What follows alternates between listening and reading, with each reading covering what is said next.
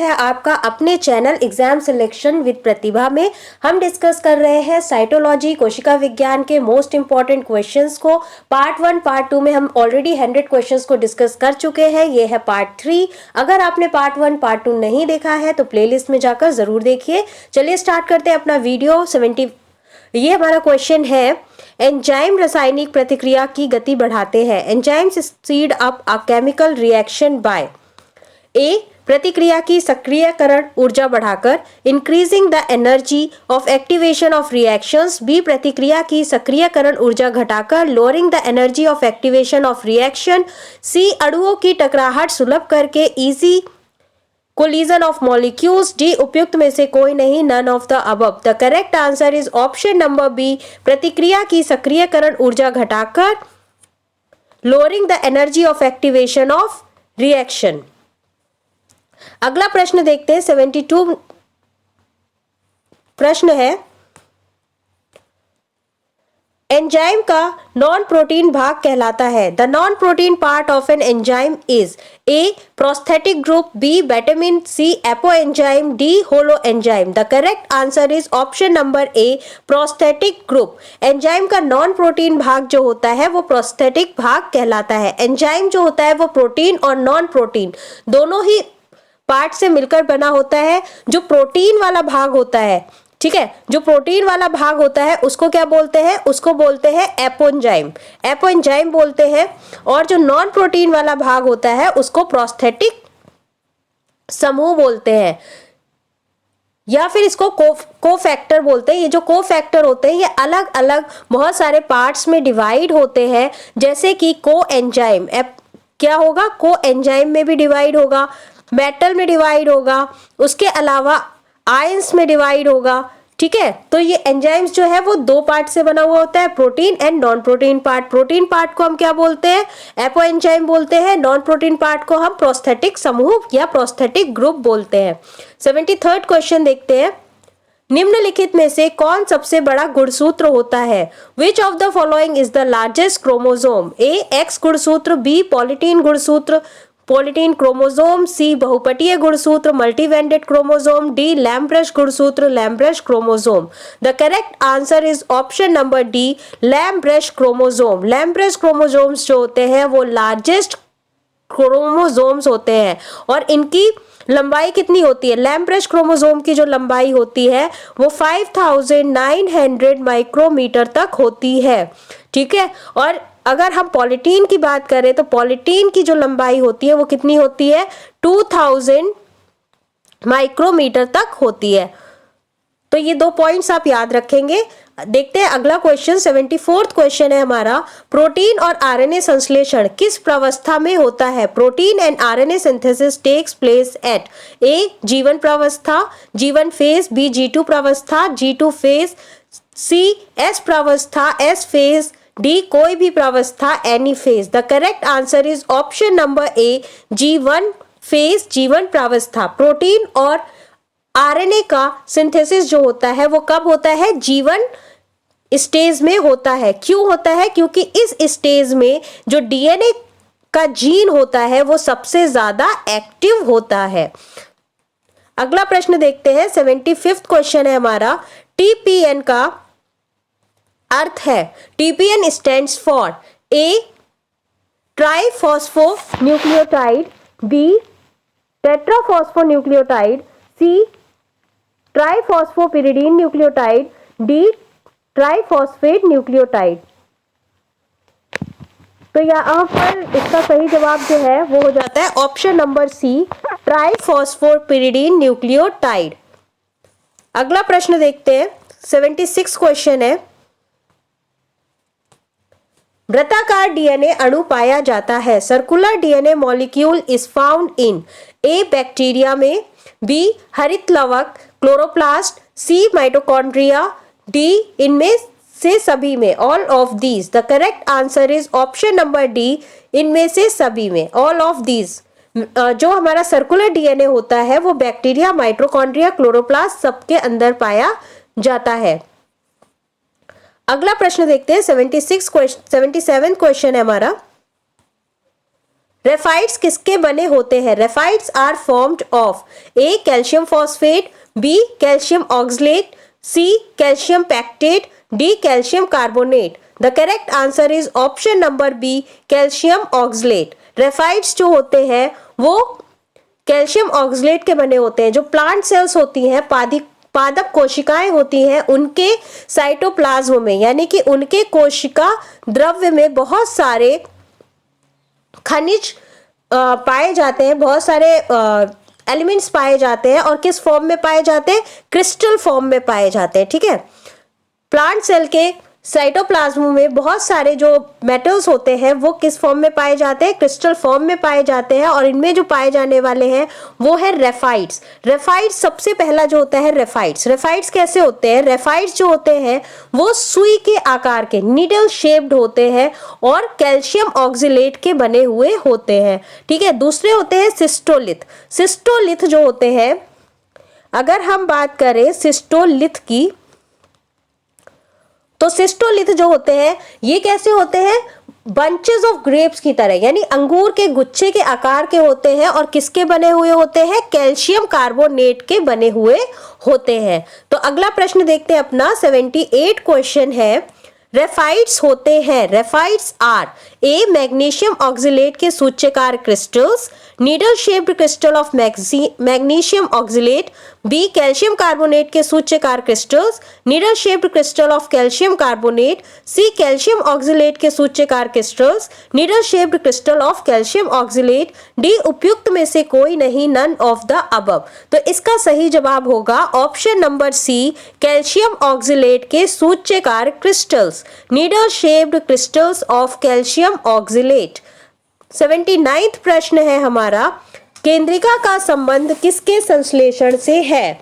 Nucleolus is related to synthesis of A rRNA, B tRNA transfer RNA, C mRNA messenger RNA, D DNA. तो इसका सही जवाब होगा option number A rRNA ribosomal RNA. जो केंद्रिका का न्यूक्लियोलस जो रिलेटेड होता है वो आरआरएनए के संश्लेषण यानी सिंथेसिस से रिलेटेड होता है। आरआरएनए क्या है? आरआरएनए जो होता है वो आरएनए का सबसे स्टेबल फॉर्म होता है। और ये आरएनए का कितना परसेंटेज होता है? आरएनए का 80% होता है ये। ठीक है, अब 80 प्रश्न देखते हैं। क्वेश्चन नंबर 80 है, ऑटोफेजिक वैक्यूल होते हैं। Autophagic vacuoles are A lysosomes, B ribosomes, C centrosomes, D microsomes. The correct answer is option number A lysosomes. Autophagic vacuole क्या होते हैं? लाइसोसोम्स होते हैं। अगला क्वेश्चन देखते हैं अपना 81 प्रश्न है,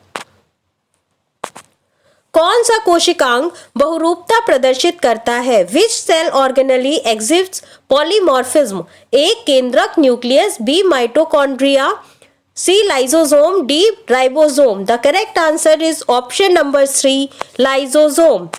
अगला प्रश्न देखते हैं 82 प्रश्न, लाइसोसोम को सुसाइडल बैग कहते हैं क्योंकि उसमें होता है। Lysosomes are called suicidal bags because they have A जल अपघटीय एंजाइम हाइड्रोलिटिक एंजाइम, बी परिजीवी अभिक्रिया पैरासिटिक एक्टिविटी, सी भोजन रसधानी फूड वैक्यूल, डी अपपाचन enzyme catabolic enzyme. The correct answer is option number A जल अपघटनीय एंजाइम हाइड्रोलिटिक एंजाइम। लाइसोसोम को क्या कहते हैं? सुसाइडल बैग यानी कोशिका का आत्मघाती थैली कहा जाता है। और इसमें बहुत से जल अपघटनीय एंजाइम पाए जाते हैं जो एसिडिक मीडियम में काम करते हैं। किस मीडियम में काम करते हैं? एसिडिक मीडियम में काम करते हैं। अगला प्रश्न देखते हैं 83rd क्वेश्चन है हमारा, लाइसोसोम में अधिक मात्रा होती है। Lysosomes have high contents of A polyribosome, B DNA ligase की, C hydrolytic enzyme, D lipid तथा प्रोटीन की, lipid and proteins. The correct answer is option number C hydrolytic enzymes की, हाइड्रोलिटिक एंजाइम। लाइसोसोम में अलग अलग तरह के कितने 30 से लेके 35 तरह के जल अपघटनीय विकार यानी कि हाइड्रोलिटिक एंजाइम्स पाए जाते हैं। और लाइसोसोम्स में पाए जाने वाले जितने भी एंजाइम्स हैं वो अधिकतम, ज्यादातर, मोस्टली कैसे होते हैं? एसिडिक होते हैं। कैसे होते हैं? एसिडिक होते हैं, एसिडिक मीडियम में काम करते हैं। और इनका जो क्रियाशीलता होती है वो पीएच स्केल पे भी कैसी होगी? पीएच स्केल पे भी एसिडिक ही होगी। अगला प्रश्न देखते हैं, 84वां क्वेश्चन है हमारा।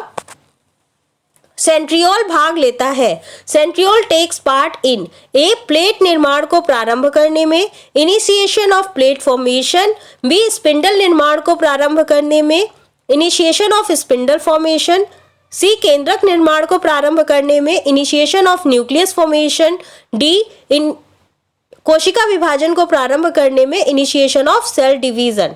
The correct answer is option number B, spindle निर्माण को प्रारंभ करने में, इनिशिएशन ऑफ स्पिंडल फॉर्मेशन। अगला प्रश्न देखते हैं, तारक केंद्रक पाया जाता है। सेंट्रियोल इज फाउंड इन ए, प्राणी कोशिका में, एनिमल सेल्स, बी, लाल शैवाल में, रेड एल्गी, सी, प्रोकैरियोट में, प्रोकैरियोट्स, डी, पुष्पित पौधों में, फ्लावरिंग प्लांट्स में। The correct answer is option number ए, प्राणी कोशिका में, एनिमल सेल्स में। अगला प्रश्न देखते हैं, 86 क्वेश्चन है, निम्नलिखित में से कौन सा कोशिकांग डीएनए रहित होने पर भी द्विगुणन में समर्थ है? Which of the following organelles is devoid of DNA and is capable of duplication? A, plasmid, B, mitochondria, C, centriole, D, केंद्रक nucleus. The correct answer is option number C, centriole. 87th question देखते हैं। हम जितने भी ये question कर रहे हैं, जब हम टॉपिक वाइज इन सारे क्वेश्चंस को कंप्लीट कर लेंगे, अपने प्रैक्टिस सेट को कंप्लीट कर लेंगे, उसके बाद हम वन लाइनर की एक सीरीज आपके लिए लेकर आएंगे जिससे कि आपको पढ़ना काफ़ी इजी हो जाएगा। तो चैनल के साथ आप बने रहिए, आप वीडियोस देखिए, प्रैक्टिस सेट सॉल्व कीजिए, इनको लगाइए और उसके बाद आपको वन लाइनर भी प्रोवाइड करा दिए जाएंगे।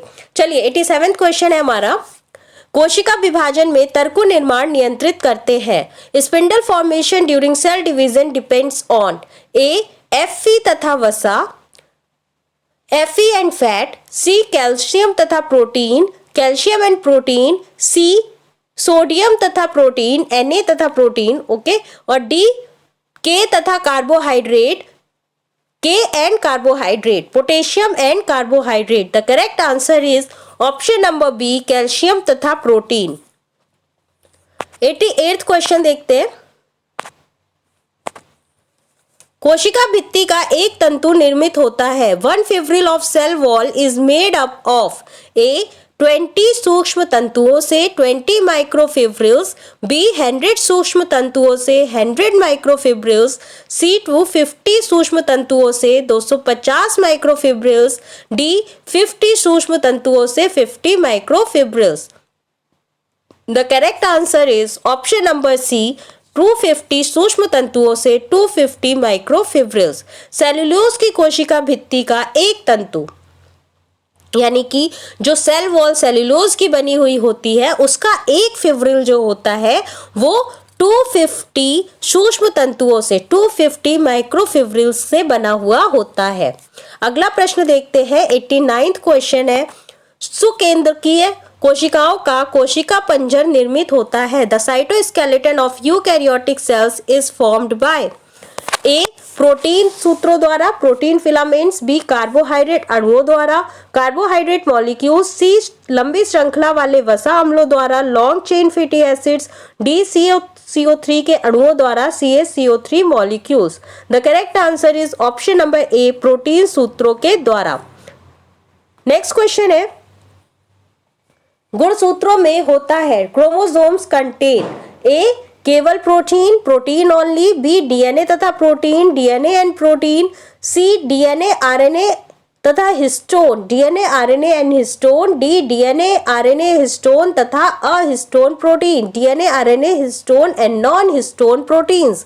The correct answer is option number D, DNA RNA histone तथा अहिस्टोन प्रोटीन्स। नेक्स्ट क्वेश्चन देखते हैं, क्रोमेटिन में उपस्थित होता है। क्रोमेटिन कंटेन्स ए डीएनए तथा RNA, DNA and RNA, B RNA तथा histone, RNA and histones, C DNA तथा histone, DNA and histones, D DNA plus RNA plus histone. The correct answer is option number D, DNA plus RNA plus histone. जो chromatin nucleoplasm होता है उसमें बहुत सारे पतले पतले धागे होते हैं, नेटवर्क, जो कि एक नेटवर्क के रूप में काम करते हैं, ठीक है। तो इनमें क्या होता है, डीएनए, आरएनए और हिस्टोन प्रोटीन सभी प्रेजेंट होते हैं। अगला प्रश्न देखते हैं, 92 प्रश्न है। रितिका को ढकने वाली झिल्ली कहलाती है। The covering membrane of the vacuole is known as A tonoplast, B कोशिका भित्ति सेल वॉल, सी प्लाज्मा स्तर प्लाज्मा लेयर, डी इनमें से कोई नहीं, none of these. The correct answer is option number A, tonoplast. रितिका को ढकने वाली झिल्ली टोनोप्लास्ट कहलाती है। टोनोप्लास्ट वो झिल्ली होती है, वो मेम्ब्रेन होती है जो वैक्यूल को ढकने का काम करती है। 93rd क्वेश्चन है, कोशिका सिद्धांत के प्रतिपादक थे। The founder of cell theory was A Wolff, B Rudolf Virchow, C मायन वॉन वॉल तथा रेस्पेल, डी स्लाइडेन और Schwann. The correct answer is option number D, Schleiden और श्रॉन। 94th क्वेश्चन देखते हैं, निम्न में से किस वैज्ञानिक ने कोशिका सिद्धांत को अंतिम स्वरूप दिया? Which of the following scientists gave final touch to cell theory? A. स्लाइडन व सॉन ने, B. सॉमडम ने, D. रुडोल्फ विरकॉव ने, D. लीवनहॉक ने। The correct answer is option number C, Rudolf विरकॉफ ने। 1839 में सेल थ्योरी को 1859 में सेल थ्योरी दी गई थी, और ये सेल थ्योरी किसने दी थी? ये सेल थ्योरी स्लाइडन ने दी थी। और स्लाइडन ने किसमें दी थी? स्लाइडन ने जो दी थी वो दी थी प्लांट्स के अंदर, पादप के अंदर। और जंतु के अंदर किसने दी थी? जंतु के अंदर जो थी वो स्वान ने दी थी। स्वान ने किसमें दी थी? जंतु में दी थी।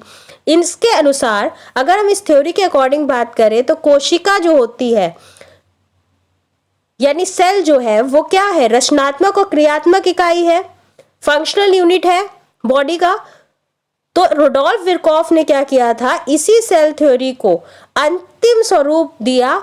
उन्होंने अंतिम इस पर रिसर्च की और उन्होंने बताया कि हर कोशिका जो सेल होता है वो पहले से ही प्रेजेंट यानी पूर्व उपस्थित कोशिका से ही उत्पन्न होता है, प्रोड्यूस्ड होता है। उसको उन्होंने बोला था ओमनिस, एक टर्म उन्होंने यूज की थी, ओमनिस सेल्यूला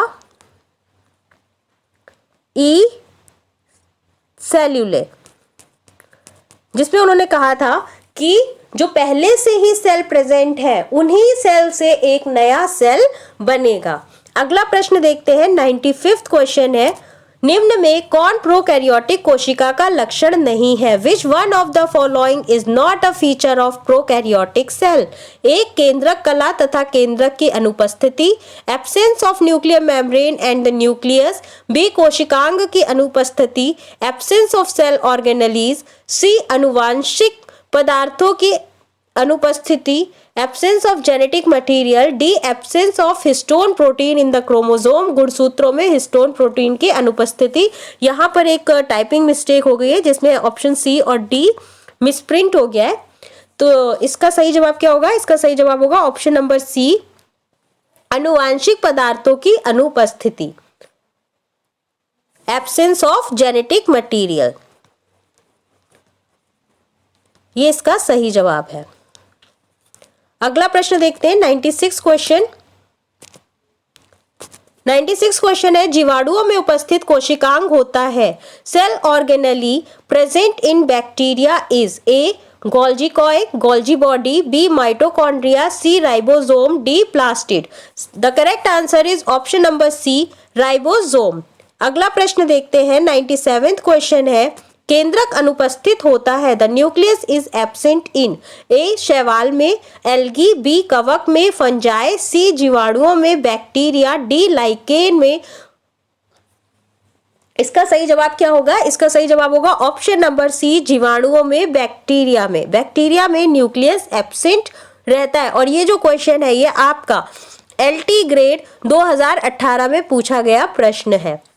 अगला प्रश्न है हमारा 98th क्वेश्चन, एटीपी है। एटीपी इज एक एंजाइम जिसके द्वारा ऑक्सीकरण होता है, an enzyme which brings about oxidation, B एक हार्मोन, सी उच्च ऊर्जा सहित फॉस्फेट बंध का एक अणु, a molecule which high energy phosphate bond, D एक प्रोटीन, अ प्रोटीन।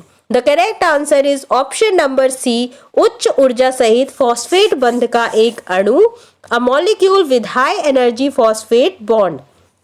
एटीपी की फुल फॉर्म आप सभी को ही पता होगी, क्या होती है? Adenosine triphosphate. ठीक है, अगला प्रश्न देखते हैं 99th क्वेश्चन, राइबोसोम केंद्र है। Ribosomes are sites for A protein संश्लेषण के, प्रोटीन सिंथेसिस के, बी प्रकाश संश्लेषण के, फोटोसिंथेसिस, सी वसा संश्लेषण के, फैट सिंथेसिस, डी श्वसन के, respiration. The correct answer is option number A, protein संश्लेषण के, प्रोटीन सिंथेसिस। अगला प्रश्न है, राइबोसोम किस अभिक्रिया के स्तंभ है? Ribosomes are the sites of which reaction? A प्रकाश संश्लेषण, फोटोसिंथेसिस, बी वसा संश्लेषण, फैट सिंथेसिस, सी प्रोटीन संश्लेषण, प्रोटीन सिंथेसिस, डी श्वसन, respiration. The correct answer is option number C, protein संश्लेषण, प्रोटीन सिंथेसिस। तो यहाँ पर हमारे 100 प्रश्न कंप्लीट हो जाते हैं। लगभग इस पूरी सीरीज में मैंने 200 प्रश्न को इंक्लूड किया है। आप लोग वीडियोस देखते रहिए। एलटी ग्रेड की नई वैकेंसी आपको बहुत जल्द देखने को मिलेगी। 10,000 पदों पर वैकेंसी आ रही है। बाकी की इन्फॉर्मेशन जैसे ही नोटिफिकेशन आएगा आपको उपलब्ध कराई जाएगी। उसके साथ साथ 27,000 पदों पर टीजीटी पीजीटी की नई वैकेंसी आ रही है। तो आप लोग अभी से पढ़ना स्टार्ट कीजिए ताकि आप लोग अपने लिए एक सीट पक्की कर सकें। अगर आपको मेरा वीडियो पसंद आया हो तो प्लीज़ मेरे चैनल को लाइक करें, शेयर करें, सब्सक्राइब करें।